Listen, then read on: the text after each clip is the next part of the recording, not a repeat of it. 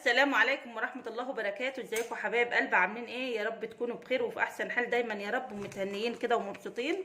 النهارده يا حبايب الفيديو بتاعنا مختلف خالص. هنعمل ميزانية طول الشهر. بس قبل كده ما نخش على الفيديو بتاعنا، يلا صلوا بينا على النبي، واهم حاجة حطوا لي اللايك يا حبايبي، خلي الفيديو بتاعي ده يترفع ويبان لاكتر عدد من الناس. والله يا حبايب الميزانية دي مفيدة جدا، وان شاء الله هتوفروا فيها وهتدعوا لي باذن الله. واحدة حبيبتي حبايبي قالت لي انا دخلي كله 1500 جنيه في الشهر. انا عايزه اعمل بيهم ميزانيه تكفينا طول الشهر ويفيض مني فلوس احوشها كده لاي ظروف. فطبعا هي 4 افراد. قالت لي اعمل لي كده الميزانيه. فالحمد لله ربنا وفقني وعملت لها الميزانيه من غير اي حرمان يا حبايبي، يعني ان شاء الله هتتبسطوا منها. وقبل كده ما ندخل على الفيديو بتاعنا نصلي بينا على الرسول عليه افضل الصلاه والسلام. اول حاجه حبايبي هنبدا الميزانيه بتاعتنا، هنطلع الصدقه بتاعتنا اللي احنا بنطلعها متعودين نطلعها اول كل شهر. ان شاء الله تكون يا حبايبي بجنيه، يعني اللي مش قادر ان شاء الله يكون جنيه هتطلعيه لاي حد غلبان هيدعي لك دعوه كده، ربنا هيبارك لك في رزقك اللي جاي لك ده. والله العظيم يا حبايبي يعني الحسنه بعشر امثالها يعني. ما شاء الله لما تطلعي كده من القرش اللي بيدخل لك والله ربنا بيبارك فيه. يعني مش هينقص حاجة، يعني ما شاء الله يعني هيكفيك وهيفيض. لا ينقص من صدقة يا حبايبي. أول حاجة هنبدأ الميزانية بتاعتنا. هي بتقول عندها تومين، 3 زيت بيجيلها من التومين، وبيجيلها 6 كيلو سكر، وبيجيلها 2 كيلو رز. فطبعا هي قالت لي بلاش التومين خالص، انت احسبي لي ال 1200 من لحوم ومنظفات وخضار وعلافة وجبن.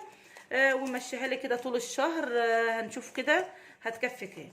هنسمي الله يا حبايبي. واول حاجه هنبدا بها الميزانيه بتاعتنا احنا اللحوم. طبعا يا حبايب قلبي هنجيب 4 فرخات. احنا هنجيب الفرخه، طبعا الكيلو اكيد الفراخ ب40، هنجيب الفرخه كيلو ونص، هنجيبها ب60. فطبعا احنا هنجيب 4 فرخات ب240. ال4 فرخات دول للشهر كله يا حبايبي، مش للاسبوع، للشهر كله. طبعا هنمشيها ازاي؟ انا هقول لكم هنمشيها ازاي. لحمه مفروم ب150. دول هنجيب كيلو ونص لحمه مفروم. انا مش هقول لكم كيلو واحد او نص كيلو ونزوده بصل وكده، لا احنا مش هنحرم ولادنا من اي حاجه. احنا هنجيب كميه اللحمه اللي تكفينا ما شاء الله في الشهر، والله العظيم يمكن تفيض مننا كمان.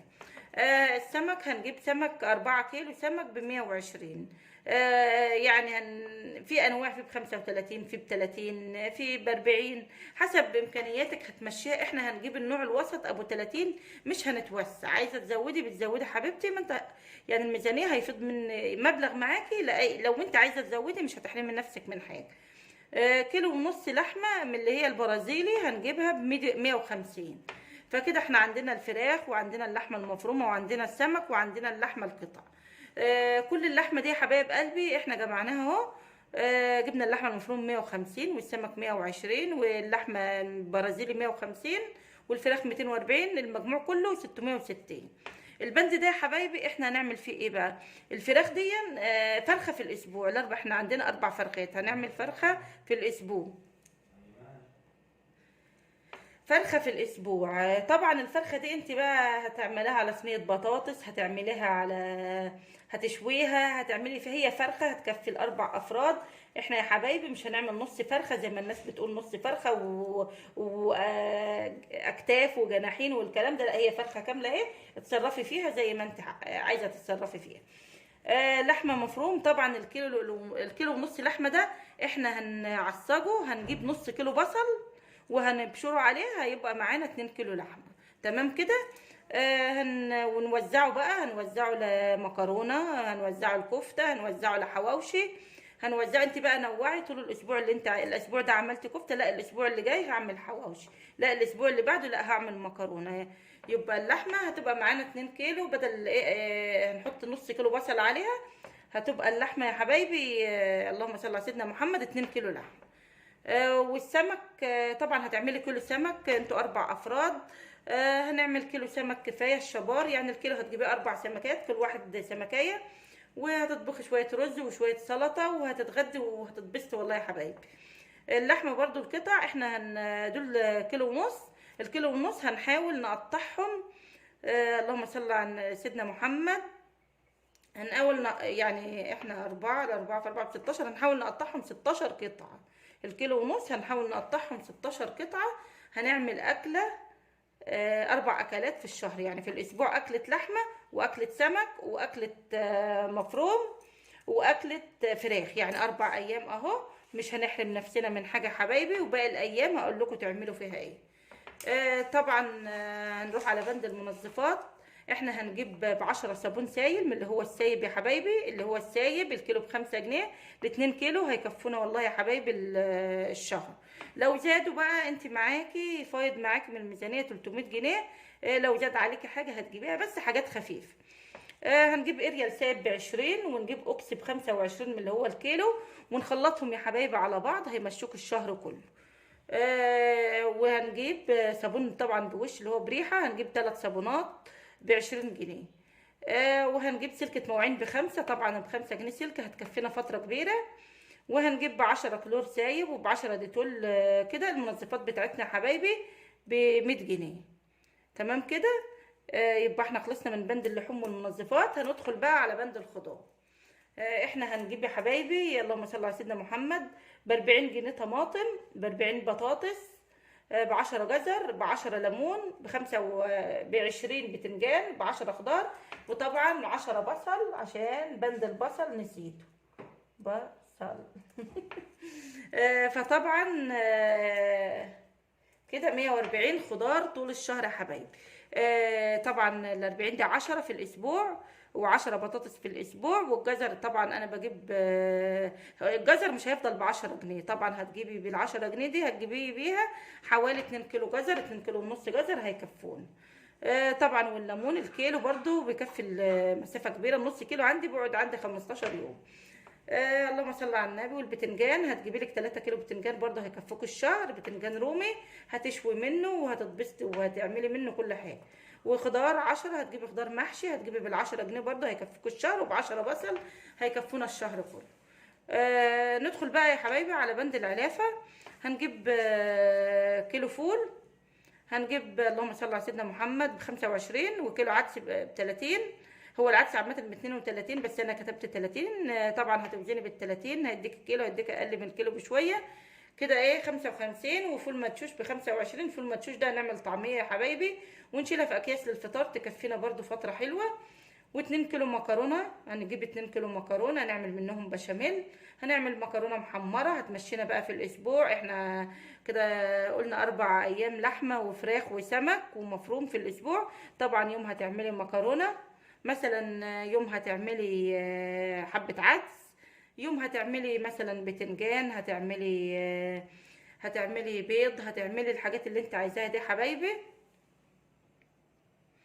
احنا قلنا يا حبايبي هنعمل شويه مكرونه، هنعمل شويه مثلا رز بعدس، هنعمل شويه اللهم صل على سيدنا محمد. هنعمل يوم مثلا كشري مصري. احنا الكيلو العدس ده هننوعه بجبه واصفر، يعني ايه هننوعه ان هو يمشي معانا يكفينا الشهر كله. وعندنا المكرونه ب30 والارز ب60. هنجيب مثلا 4 كيلو ب60، مثلا 3 كيلو ونص. واحنا عندنا 2 في التومين، احنا بناخد 2 رز في التومين، يبقى 5 كيلو ونص رز او 6 كيلو هيمشونا يا حبايبي طول الشهر. ما شاء الله كده. كده يا حبايبي. هنروح لبند الجبنه. طبعا هنجيب جبنه، هنجيب العلب اللي هي ربع كيلو دي، هنجيب 5 علب ب50 جنيه. وهنجيب لبن، طبعا مش هنحرم ولادنا من اللبن، احنا هنجيب ب60 لبن. ال60 لبن دول 4 كيلو، يعني كيلو في الاسبوع. ممكن بتعمليه بشاي، بتعمليه مثلا تعملي سحلة، بتعملي كوباية قهوة، اي حاجة بالكيلو اللبن هتمشي روحك بيه. وهنجيب يا حبايبي طبق بيض ب70 جنيه. يبقى احنا حدانا يا حبايبي الغدا والعشاء والفطار، الحاجات اللي هي الجبنة والبيض واللبن واللهم صل على سيدنا محمد. والبتنجان طبعا وهنحمر بطاطس، هنقلي بتنجان مع الحاجات دي للفطار، مع الطعمية، مع الفول. طبعا الفول ده هندمسه يا حبايبي هيمشينا الفطار. عندنا الفطار، عندنا الفول، وعندنا الطعمية كده، وعندنا البيض، وعندنا الجبن، وعندنا اللبن. وكده يا حبايبي هي دي بقى الميزانية دي. حاجات العلافة ب170 والجبن والبيض ب180. فطبعا الميزانية دي كده يا حبايبي كلها ما شاء الله 1250. انا حاولت يا حبيبتي امشيها 1200. والله في حاجات يعني ممكن انا اكون ناسياها، فما نفعتش ب 1200 خالص. فالميزانيه بتاعتي يا حبايبي 1250 في الشهر كله. طبعا في حاجات تانية هنعوزها، ممكن مثلا نعوز نص كيلو شعريه للرز، بنص كيلو شعريه ب7.5 انا ما ضفتهاش. فهي هتفرق مثلا 10 عن ال 1250، هتفرق معانا 10. 1250 على حسب ما انت بتعملي الرز بتاعك بشعريه، بتحمري الرز ليه. فانا بقول لك كده على الميزانيه الصح يا حبايبي، واللي همشي عليها انا كمان طول الشهر. ما شاء الله ميزانيه موفره جدا. جربوها يا حبايبي والله مش هتندموا عليها.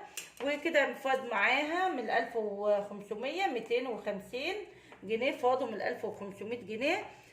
طبعا احنا ما حطيناش الفاكهه يا حبايبي، الميزانيه بتاعتنا دي ما حطيناش فيها فاكهه. احنا لو حطينا فاكهه احنا نضطر نحرم ولادنا يعني من حاجات، مثلا ممكن من اللحوم هنشيل منها. طبعا انا مش عايزه احرم ولادي، انا عايزه اعمل ميزانيه تكون ميزانيه مثلا ان انا ما احرمش ولادي من اي حاجه، اجيب لهم اللي نفسهم فيه. فطبعا انا فايض معايا 250 جنيه اهم، فايضين معايا ال 250 دول. ممكن هحوشهم. طبعا لازم نجيب فاكهه، هتشيلي منهم انت جزء للفاكهه. شوفي انت حابه تجيبي ايه، هتجيبي مثلا برتقان وموز، هتجيبي لك 2 كيلو برتقان و2 كيلو موز برضو. هيمشوك يا حبيبه قلبي، ونمشي نفسينا بالمبلغ ده. مش هنحرم نفسنا من حاجه. وبكده حبايبي خلصت معاكم الفيديو بتاعي، يا رب كده يعجبكم وينول اعجابكم. ولو عجبكم يا حبايب قلبي شجعوني كده، واللي ما اشتركش في القناه يشترك في القناه، واهم حاجه اللايك يا حبايبي، واعملوا لي كومنت كده يفتح نفسي ويشجعني على الشغل.